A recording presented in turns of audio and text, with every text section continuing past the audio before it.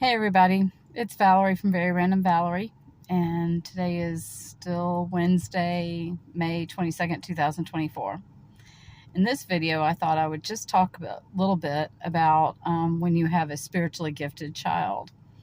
And it's my understanding that you treat them no different than if you had a regularly gifted child, and that is to support them and not shut them down.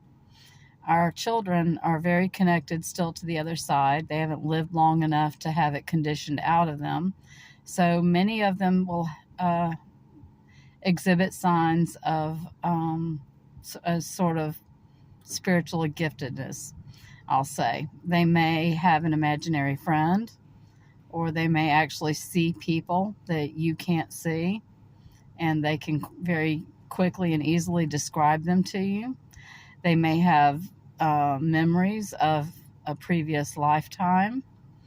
They may remember being somebody different before, is how they would put it. And they may do things like fly, in their dream time at night. And so I had one of these spiritually gifted children, and she was about 3 or 4 years old. And the first episode I recall was her coming to our bedroom. One morning she came to our bedroom after the evening, and she said, "Mommy, I was going to come in your bedroom last night because I had a nightmare," which is what she used to call a nightmare. And she said, "But there was a woman standing in the doorway."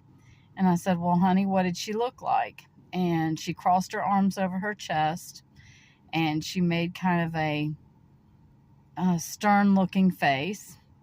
And she said she looked like this, and she had a ball behind her head, which was, I assume, a bun. And she pointed to the nape of the neck where a bun would lie.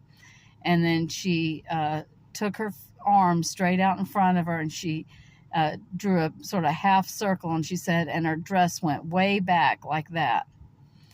Well, we live in an old Victorian home, and so all of it seemed to make sense to me, and I just told her, "Well, next time, honey, just tell her to leave, and then come on in." So that made her happy, and she went about her business. The second time I remember an episode with her, my older daughter and I were in the front part of the car. I was driving, obviously, and she was in the passenger seat. And my youngest daughter got in her booster seat. And we were about to go out for the afternoon or run a few errands or something. And she said, "Mommy, who's that lady that just walked in front of the car?"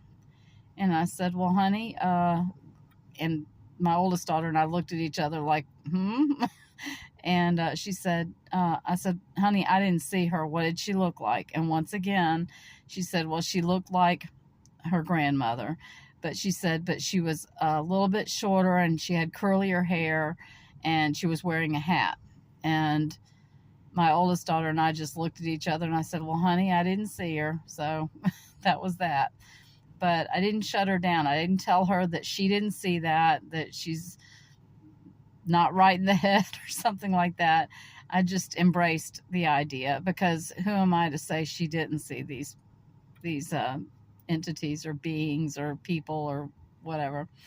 So anyway, that's just my spin on that, and I thought you might enjoy it. If you have any examples from your own life of children with special gifts, please share it down in the comments below. And y'all have a blessed day. Bye.